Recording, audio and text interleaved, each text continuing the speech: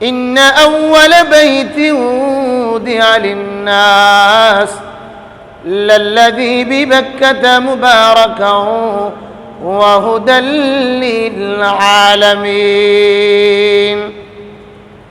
আসমানের মালিক আল্লাহ, জমিনের মালিক আল্লাহ। দুনিয়ার জমিনে সর্বপ্রথম যে ঘরটা নির্মাণ করেছেন সেই ঘরটার নাম ইন্না আউওয়ালা বাইতিন উদিআ লিন-নাস। মানুষের জন্য সর্বপ্রথম যে ঘরটা নির্মাণ করেছেন সে ঘরটা লাল্লাযী বিবাক্কাতা মুবারাকান ওয়া হুদাল লিল-আলামিন। পৃথিবীর জমিনে মানুষের জন্য রব্বুল আলামিন সর্বপ্রথম যে ঘরটা নির্মাণ করেছে সে ঘরটা বাক্কা নগরীতে অবস্থিত। সে ঘরটার নাম হচ্ছে বাইতুল্লাহ। একবার জোরে আওয়াজ দিয়ে বলেন না সুবহানাল্লাহ। বাইতুল্লাহর মর্যাদাটা আমাদের দিলে সবার অন্তরের ভিতরে থাকা দরকার, আছে না নাই? আরো জোরে বলেন, আছে না নাই? বাইতুল্লাহর মহাব্বত, বাইতুল্লাহর মর্যাদা আমাদের প্রত্যেকটা আনেওয়ালা উম্মত, প্রত্যেকটা মুসলমান নরনারীর কলবের ভিতরে 100 থাকার দরকার, আছে না নাই? আল্লাহ রাব্বুল আলামিন বলেন ইন্না আউওয়ালা বাইত উদিআ লিন-নাস লাল্লাযী বিবাক্কাতা মুবারাকান ওয়া হুদাল লিল-আলামিন। দুনিয়ার জমিনে আমি আল্লাহ সর্বপ্রথম যে ঘরটা নির্মাণ করেছি সে ঘরটার নাম বাইতুল্লাহ। এই বাইতুল্লাহটা বাক্কা নগরী অর্থাৎ ওই মক্কা নগরীতে অবস্থিত। একবার জোরে ঈমানি আওয়াজ দিয়ে বলেন না সুবহানাল্লাহ। মুসলমান ইমানদার বাইতুল্লাহর উপরে অন্তরের ভিতরে বাইতুল্লাহর মহব্বত গাঁথবেন, বুঝবেন, বাইতুল্লাহর মহব্বত অন্তরের ভিতরে রাখবেন। ও মুসলমান ইমানদার, বাইতুল্লাহ কেন যাবেন? বাইতুল্লাহ কেন তাওয়াফ করবেন? বাইতুল্লাহ সামনে নিয়ে কেন তুমি চক্কর মারবা? বাইতুল্লাহকে সামনে নিয়ে কেন তুমি নামাজ পড়বা? বাইতুল্লাহকে সামনে নিয়ে কেন তুমি দৃষ্টি দিয়ে কালো গেলাফের দিকে তাকাইবা? আসমানের রব আল্লাহ প্রতিদিন এই বাইতুল্লাহর উপরে 120টা করে রহমত নাজিল করেন। কয়টা? আরো জোরে বলেন, কয়টা?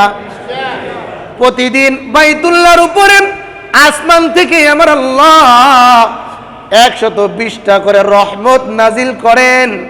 120টা রহমত থেকে আল্লাহ পাক রব্বুল আলামিন 60টা রহমত ওই সমস্ত ইমানদার বান্দা বান্দীদের উপরে নাজিল করেন যে ইমানদার বান্দা বান্দীগুলো বাইতুল্লাহর হজ করতে গিয়ে আল্লাহর ঘরটা তাওয়াফ করে, চতুর্দিক থেকে তাওয়াফ করে, 7 চক্কর মারে।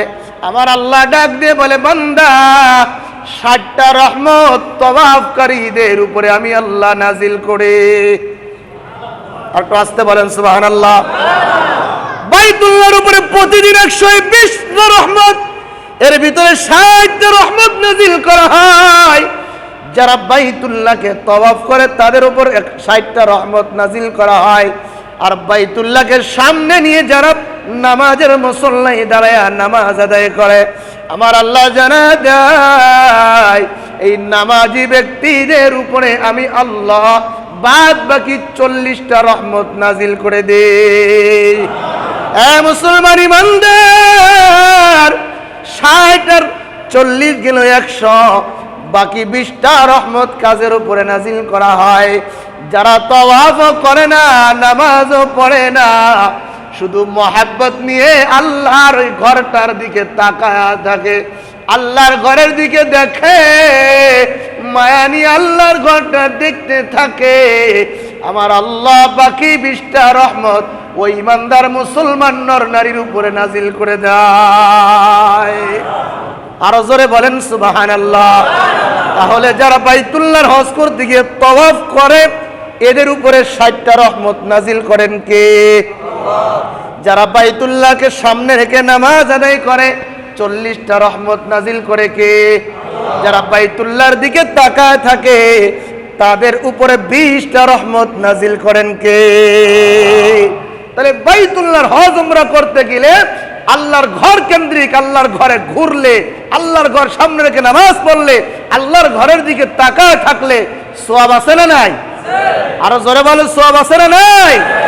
আল্লাহ পাক আমাদের সবাইকে এই বাইতুল্লাহ জীবনে একবার, মৃত্যুর আগে একবার হলেও বাইতুল্লাহ গিয়ে 120টা রহমত আমাদের সবার নসিবে যেন আল্লাহ পাক লিখে দেন এবং 120টা রহমত যেন আমরা নিতে পারি। আল্লাহ পাক আমাদের তৌফিক দান করেন বলে আমিন।